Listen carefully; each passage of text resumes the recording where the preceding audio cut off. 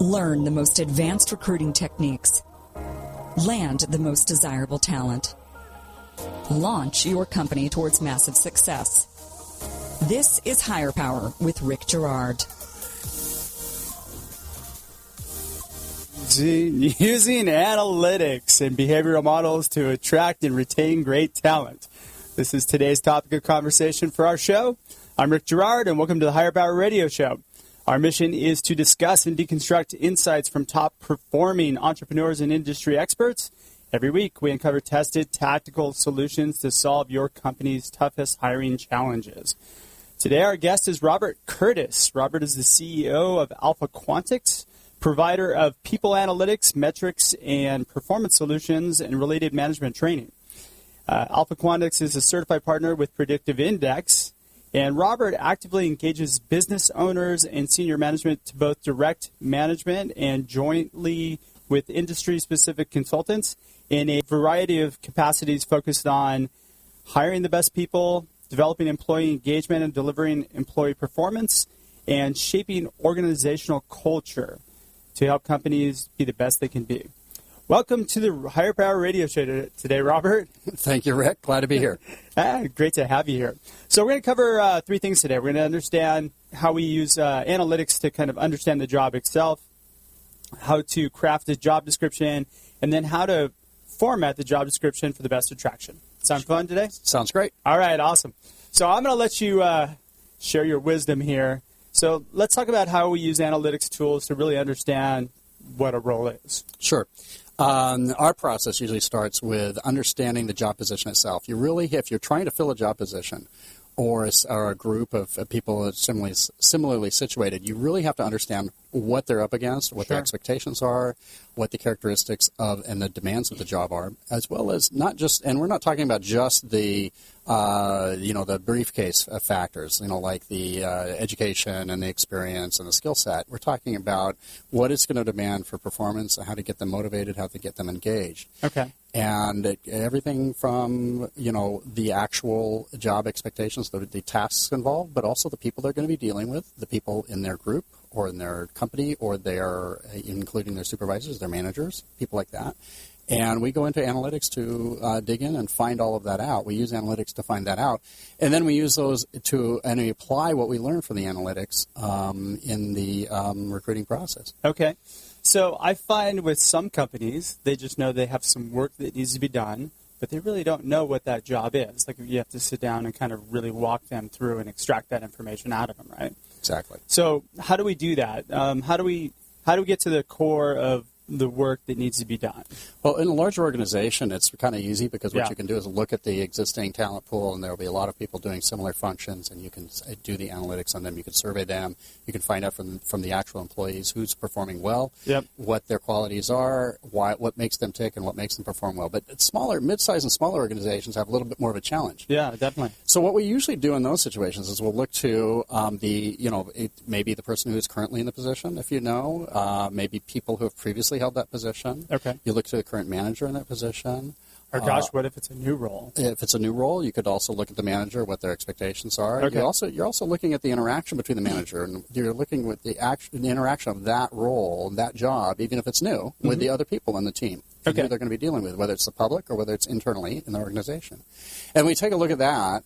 You can take a look at that in combination with all the people in the organization and maybe even outside consultants. And what we literally do is send quick surveys and gather information from all those people. And we compile it and get a profile. Got it. Okay. So let's kind of inform our audience or let them know what Predictive Index is, right? Okay. Well, Predictive Index, the company has been around for about 75 years. Yep. More than that. It has, as far as I know, well more than 10,000 clients around the world. It's a global company. Okay. They do assessments and surveys on cognitives and behaviorals predominantly. And then cognitives and behaviorals. Yeah, okay. Yeah. And cognitives is a very important element of it, but it adds a nice dimension to it. But they do it around the world. They do it in 75-plus languages, and we are one of their providers. There's 80 or more partners around the world. and we're one of them. And we provide predictive analytics solutions, but also other ones. Okay. Predictive analytics is great. It's a great tool. It's a great structure. It adds structure. It adds depth and insight into your hiring process, as well as your onboarding and engagement after hiring. So it really helps you understand the people that you do have. First off, right? So you can design the job description, and then you can actually use those tools to target the next person that you're looking for. Exactly. Okay. Role. So exactly, and you're leading into it. When you go out, when you're creating your job listing, you're creating your job description. You're deciding where to post it, where to look for your people to replace them. What you can do is take the analytics we've gathered and use those to determine the language, the voice, the keywords, the way to communicate with and attract the people you're looking for. You want to attract the right people rather than the wrong people, and you want to spend your time effectively and your money effectively to actually to get the interest from the people who would be best for the position. So why not start with a position, figure that out, and apply that in the recruiting process? Got it. Now, similar to DISC or completely different? Well, it's kind of when I describe it as something like DISC or Myers-Briggs or something like that, but on steroids. Now, some of these solutions, like behavioral solutions, you're not even supposed to use in recruiting because they have inherent biases. They might be biased, gender biased, or race, or cultural biases and things. So you don't use them for recruiting and for hiring. And predictive analytics is specifically geared toward that, and it's specifically validated and studied to avoid gender bias, to avoid all of these other biases that can come in there. And it is a hiring solution. So that's where it's on steroids. It's also on steroids. It's also more than a DISC or more than something like that, because there's all these tools that they provide in addition to just a behavioral report or just a cognitive report. It's not just a report. There's all these tools that you can use when it comes to engaging employees. When it comes to, let's start at the beginning. Interviewing employees, creating the language. Fact that you can actually use it in an interview process is huge, right? Because most you can't use DISC and quite a few other ones. Absolutely, yeah. You use it. It comes at least up here in California. You can use the system to generate sample interview questions, to language, to select and determine language that you want to use in your job postings, to also determine how to make a selection within, or after the interview process and what to consider. And you can use it in a lot of different ways. But there's a whole series of tools, and they're all geared toward the whole hiring process as well as the onboarding and engagement process. Okay, excellent. So now let's kind of transition to the importance of the language used in the job description, because you and I had talked about Predictive Index being a pretty good tool in crafting that language or coming up with the right language that's going to target those people, right? Yeah. So I guess in order for you to craft it properly, first you need to understand what that target person looks like. Exactly. And so that's what the analytics are great for. And the job assessing, essentially assessing the job and the job position, and then figuring out your target employee, your target candidate for the job. Now, how do you communicate how do you get that target candidate, the ideal person in? What you do is you look at the position first and you say, is this a position that requires certain attributes, and we focus on strengths. What are the strengths that we want to bring in? What are the strengths of the person that we want to fill this position? And then you talk to that and you speak to those strengths. So, for an example, if it's a person who is very engaging with people and very people oriented, what you would do is you would speak to them in ways that resonate with somebody who engages on that level. Okay. However, if it's a different kind of position where it's... What if it's an engineer or something like that? Because those tend to be a little bit tougher, right? Yeah, exactly. And your interviewing process might be a little bit more uneasy.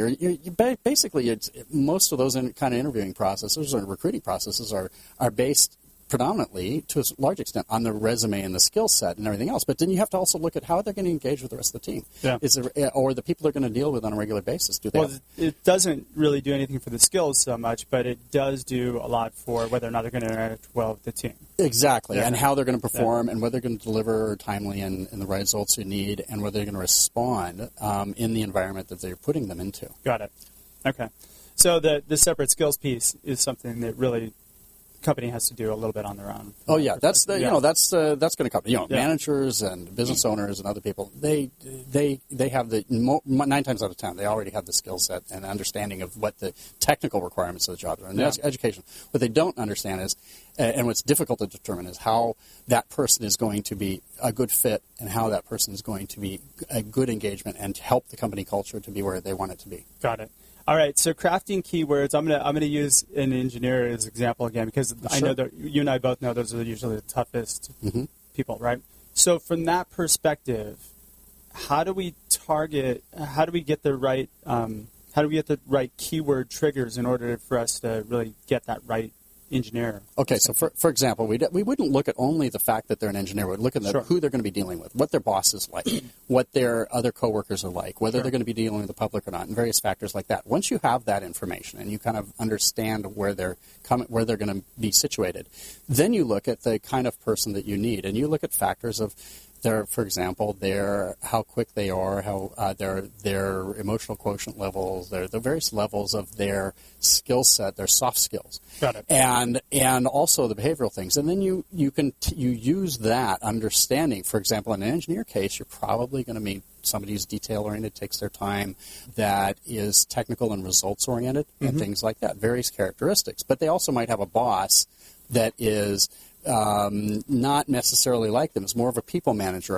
or people person, or maybe more of a sales-oriented person, right? Yeah. And so they're going to engage with them at a different level. So you need somebody that can adapt to that. So, but rather than crafting your language, like a people person manager would normally think, you have to dig in and get behind the mind of that engineer and use the keywords and the key descriptions, such as stability, such as defined tasks, such as describing it with the structure and the room to take time, the less, de-emphasize the urgency and the time of the job performance, because that type of person is not going to respond to that. Yeah. Now, if it is a job that requires quick thinking or requires quick response times, you have to be very clear. You have to be honest about it. Yeah. But at the same time, you don't want to unnecessarily impose those things that a people person manager might find attractive. The person drafting the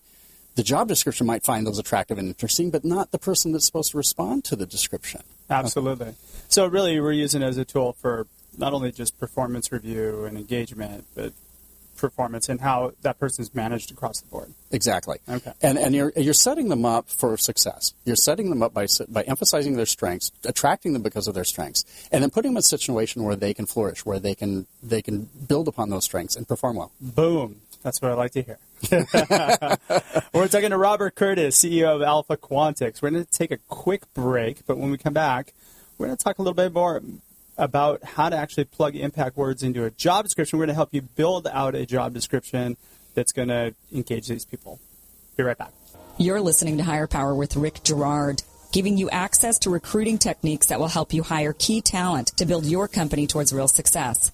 Rick is a recruiting executive and entrepreneur who's been successfully recruiting in the aggressive Silicon Valley technology landscape for the past 2 decades. After a very successful stint at Apogee, he founded Stride Search in 2012. Based on a lean efficiency model, Stride has uniquely positioned itself as a leader in retained search for the most critical talent hires within a small organization. Whether you're a startup executive or recruiting professional, by listening to Higher Power with Rick Girard, you will walk away with skills to help you attract and hire great talent. Now back to Higher Power with Rick Girard. And welcome back to the Higher Power Radio Show. I'm your host, Rick Girard. And before the break, we were talking a bit about understanding kind of a job and using analytics to craft a job description. Our guest is Robert Curtis of Alpha Quantix. And now we're going to explore some examples of how you plug in these words for maximum attraction and how to build out an effective job description. Right. Which is key to my heart. So let's talk about that. Okay, so actually, it was a great lead-in before the break to a great example that I have, and I use this with clients and in my training sessions and various things quite often. Mm-hmm. The example is this. An early client of mine was a security guard company, and they have hundreds of security guards in local retailers and banks and various institutions. And okay. The owner, who's a very entrepreneurial guy, very innovative and creative guy, came to me and said, hey, look, I've got to figure out how to help manage my people effectively. It seems like when I sit down with them, I can't communicate with them. I can't understand them. I don't understand them, and they don't understand them. We're totally different. And so we went and did the assessments, and we figured out what he already knew, which is they're very different kinds of people. Yeah. But we also found out what kind of person we needed to attract and how we needed to attract those people so they would be effective in their organization. What was an unintended kind of consequence of our analytics was that we found out that based on his company, his structure, and the assignments that they had, is that they needed essentially 4 different kinds of security guards, not just one. And they didn't want people just because they had their license to be a security guard. They wanted people that had certain characteristics because those people were performing much better in different positions. So you have the night guard. The night guard, the mall cop. The mall cop, exactly. Paul Blart. You have the bank. You have the bank guards who are a little bit, separate, the high security kind of people or whatever it might be. And then also you have to consider the management level people, the people who rise to the next level. And we kind of worked out a series of several different profiles essentially of the kinds of people we're looking for. And we also, in the course of that, we educated the owner-entrepreneur and his management staff and team on how they were going to engage these people, how they could do a better job. Yeah. And so some of the things that you just mentioned when it came to engineers, very certain security guard positions and roles required that the formality, the rules, the structure. Other ones, the mall cop. Yeah. Very social people, very engaging, very interested in the people. They want to be around not people. Not the mall cops around here. Well, whether you think it or not. I'm just kidding. It depends on the guy, right? The night guards, you can imagine, are very different. Oh, yeah. Much slower pace, much more independent, and various other characteristics. So there's certain things that you can target and identify with, and then you can use the keywords that resonate and attract those kind of people that will be a natural fit for the positions you're looking for. If you're looking for a bunch of night guards, you don't want to talk necessarily about engaging with a team, and you don't want to use words that talk about engaging with other people or being responsible for especially if they don't want to. Prompt deadlines and things like that. You want to talk about and use words that resonate with their independence and the even pace of their work and the stability of things. And the characteristics, in other words, that might come up, and we come up with those suggestions based upon the analytics we do. Got it. All right, so now let's dig into a job description. Okay. Because I have my format that I use. I know. Well, okay. So now we have to, Rick. I have to qualify what I'm saying. I'm not. You're the guy for the job description. Oh, yeah. I'm the guy for the keywords. I'm the guy for understanding what needs to go in there. But that being said, we can add some value there too. Yeah. And the value that we can add is this. When you're looking for, and a great example are the two things we've just talked about, which is the engineer versus the security guard. Well, okay, so certain security guard positions might require the formality, the diligence, the time, and various other things, right? Those are the same characteristics of an engineer. But when you're putting a job description down for an engineer versus a security guard, even though the actual job itself has a lot of similarities, there's a lot of differences. And one of the big differences is going to be the language and the way you speak to them. So an engineer, technical language, higher level, maybe in a university level or postgraduate. More logical rather than emotional. Well, and also the vocabulary that you use in the description. The higher level will attract somebody with a higher level too, right? Absolutely. Whereas a security guard is, hey, good person, trained person, ordinary person in the sense of they're not focused on their higher degrees and all of this other stuff. They're focused on the day-to-day job and everything else. And so you're going to use a little bit more ordinary language and ordinary communication style with them. Yeah. So the way you structure your sentence, the way you structure your job description might be using more ordinary conversational words, more shorter sentences,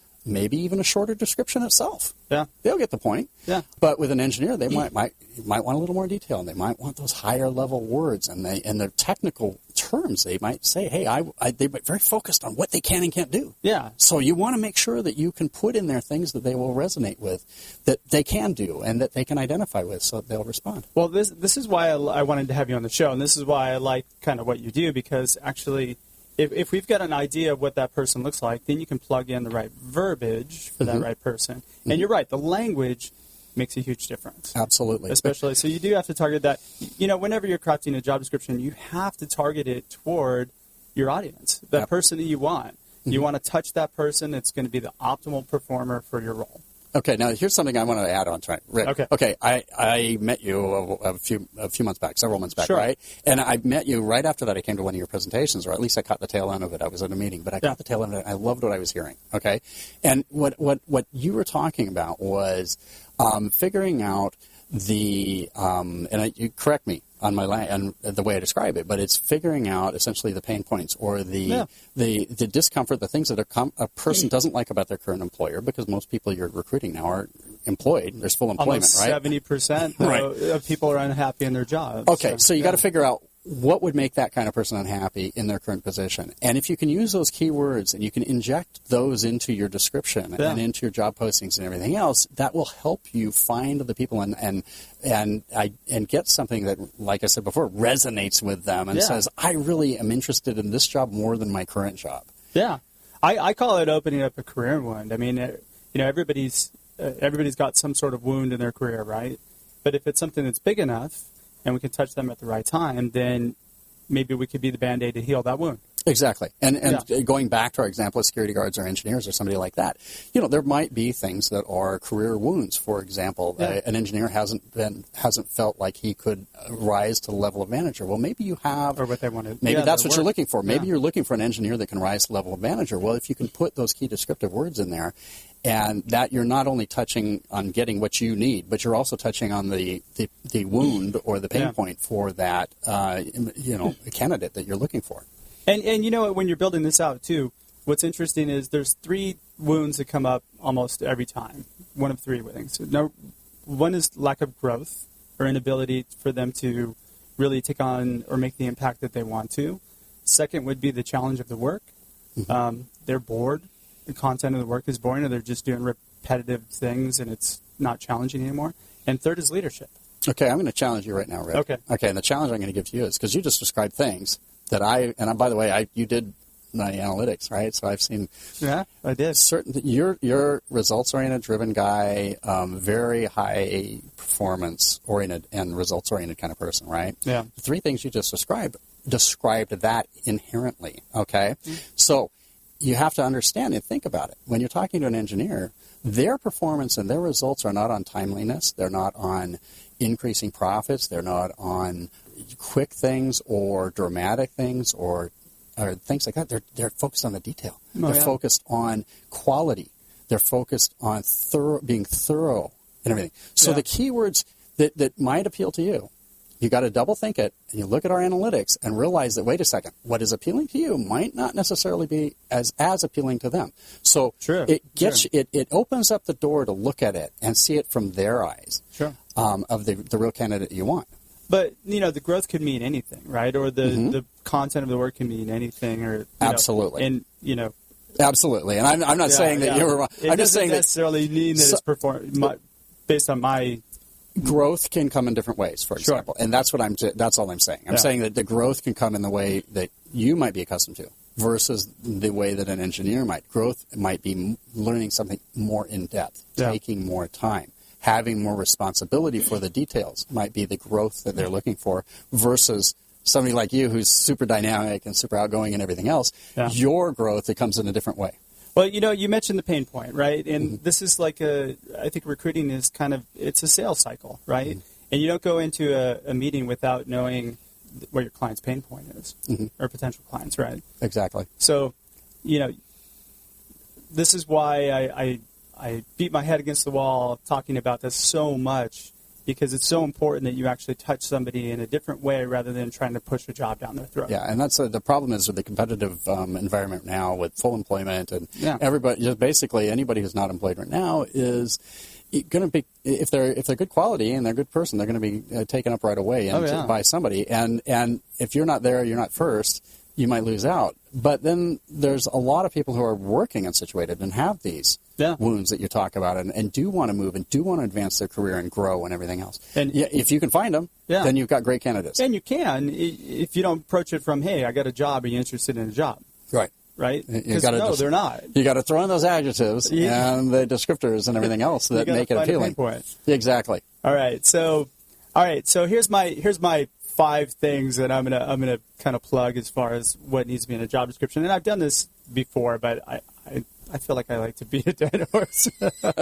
Okay. So you do want to open the career wound, as we talked about. You want to make sure that you exemplify that you can provide purpose. You can provide the growth path and the purpose this person wants. You need to define your projects and the challenges of it. And then you need to build a performance metric for the first 90 days and then at 1 year, which is really impressive. You can think a year out how you're going to judge this person. Somebody who's a performer is going to be like, I already know what I need to do for my first year, and I know I've got to figure out how to exceed it, and boom, I'm in a good position. Then you want to lay out a little bit your criteria for hiring, your bar, and throw in a call to action. Mm-hmm. So this is a little homework assignment that I love to put on job descriptions that says, hey, at the end, tell us a little bit about yourself before you just send us your resume. Not a cover letter, but hey, we'd like to know 2 things about you. So, what do you feel you're capable of achieving is always a good question. So they can help you, number one, to understand what might be their wound, but also it gives you an idea of how they feel about themselves from a performance perspective. I know now I'm throwing my...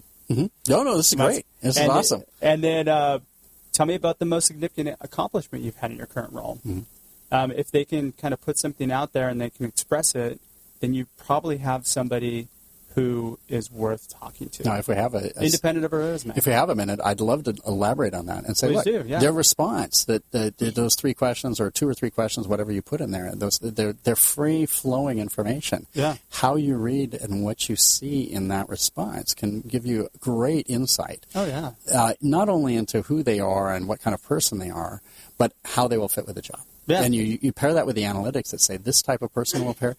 If they're brief in the discussion, if they use a certain level of vocabulary, if they use certain key words to describe themselves that fit with the job position, the job analytics, the analysis that you've done on your job, that's phenomenal because that's an additional way to identify the people who are going to really succeed. Yeah.